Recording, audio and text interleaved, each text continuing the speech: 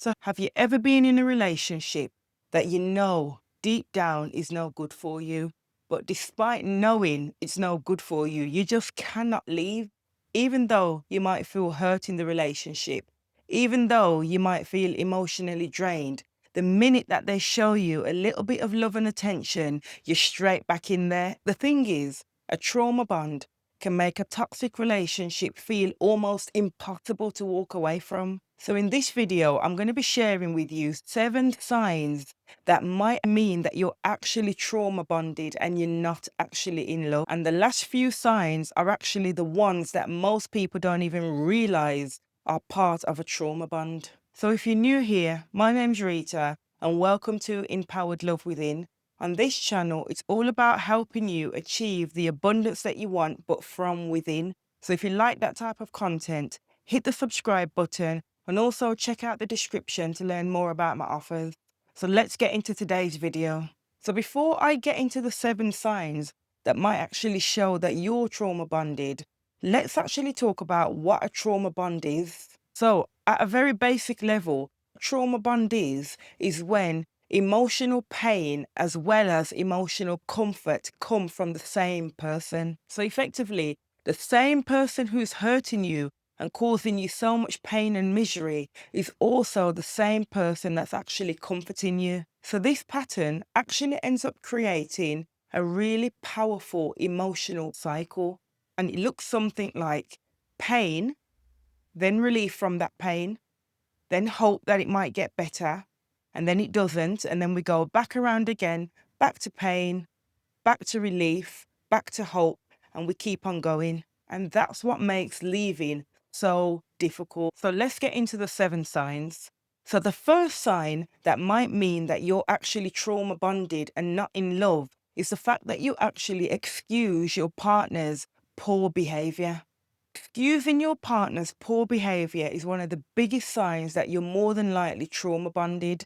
So, for example, if they're acting up, you might excuse it by saying, oh, they might be feeling a bit stressed, or, they didn't mean that behavior really, or they've had a difficult past, don't worry about it. But deep down, you know that that behavior is hurting you time and time again. Mentally, you start actually protecting that relationship because you're so emotionally attached to it. Now, the next sign that I'm going to give you is one that a lot of people actually experience, but they don't actually link it to trauma bonding. And that's sign number 2, which is you know that the relationship is bad, but you just cannot find it in you to leave. So in your logical mind, you know that it's not healthy. You might tell your friends that you want to leave. You might have other people who care about you in your life that's telling you this is not good for you. And deep down, you actually know it. But emotionally, you're just so attached to it. It's like you can't actually break free. There's something that just keeps pulling you back. And that can be so mentally draining and confusing because on the one hand, you know you should leave, but on the other hand, you just can't seem to do it. And that is one of the biggest signs that you're more than likely in a trauma bond and you're definitely not in love. So, sign number 3 that you're actually trauma bonded and you're not in love is that you actually obsess over the good moments that you have in the relationship. And this is really common. The mind keeps on replaying all those good moments as if to justify the bad. So you might replay those moments where, you felt loved, where they treated you well, the moments where things just seemed perfect, where you actually minimize and almost sweep under the carpet the negative elements in the relationship where you were left hurt and emotionally drained. And you could say this is almost like a coping mechanism that the mind uses to keep that attachment alive and to justify you remaining in that relationship with that person. If you're listening to this and you're starting to recognize some of these patterns in your own relationship, I want you to know that you're not alone. These are so common and there are so many people experiencing this type of situation. Most people are experiencing trauma bonded relationships without even realizing it. So, sign number 4 that you're actually trauma bonded and you're not in love is that the relationship feels like an emotional roller coaster. Now, don't get me wrong, every relationship has its ups and downs. That's normal. However, the difference is when it comes to trauma bonded relationships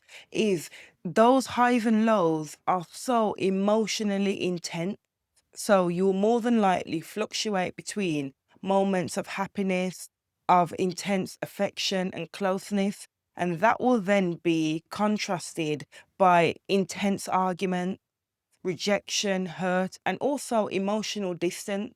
Those extreme emotional highs and lows actually create quite intense chemical changes within the brain, and it actually makes the scenario literally feel addictive, the same way that any person who's addicted to something else, like gambling or, substances, for example, would feel. It literally makes the brain have that same type of reaction. And I think that's one of the really difficult things when it comes to trauma bonding. Actually realizing that actually the person who is creating so much pain and hurt is also the person that creates so much comfort and love at some points. And I think that's why a lot of people stick around just in that hope that it will get better. Now, sign number 5 that you're actually trauma bonded and not in love is actually the fact that a healthy relationship in your eyes seems boring. So if you're trauma bonded, and you've had that experience, the thought of a stable, normal, loving relationship might actually feel very strange to you. And when you feel like that, the truth is that your nervous system has actually become so used to the chaos and those emotional highs and lows that the thought of something stable just seems so unfamiliar that it just seems boring. And I'm sure we've probably all experienced, whether through watching reality TV show and, some dating programs or in real life, you come across people who they say they want someone to settle down with, and then they say something like, oh, but I love a bad boy. I want a bad boy. And you're thinking to yourself, yeah, but hang on a second. The bad boys haven't worked out for you. So why are you here still saying that that's what you're looking for? It just doesn't make any logical sense. So sign number 6 that you're actually trauma bonded is that you actually feel anxious when you don't hear from your partner.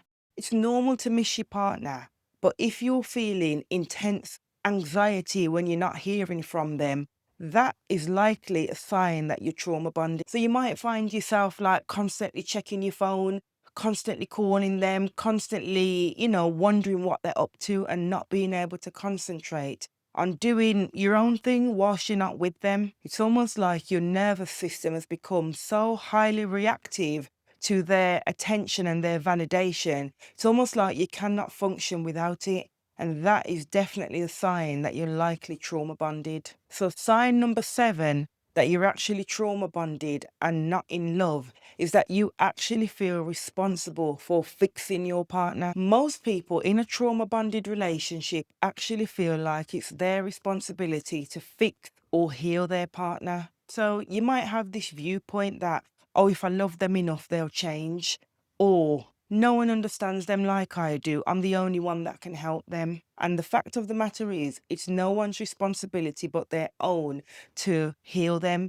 Of course, we can support them, but you're never responsible for anybody else's healing or sorting out their problems. That belief can keep people in unhealthy relationships for a very long time. But with that said, the good news is that once you understand what trauma bonding is and what the key signs are, you can actually take steps to break that cycle. What I want you to know is if you've spotted any of those 7 signs in your own relationship, there's nothing inherently wrong with you. I think it's important to remember that trauma bonding is created through emotional conditioning, different types of attachment styles, and the way in which our nervous system is conditioned to respond. And as I said, once you understand the pattern, you're now in a position to break it. And if you want me to do a video on how you can break free from trauma bonding, comment below the words break free and I'll make that one of my future videos. If you found this video helpful, drop a like on the video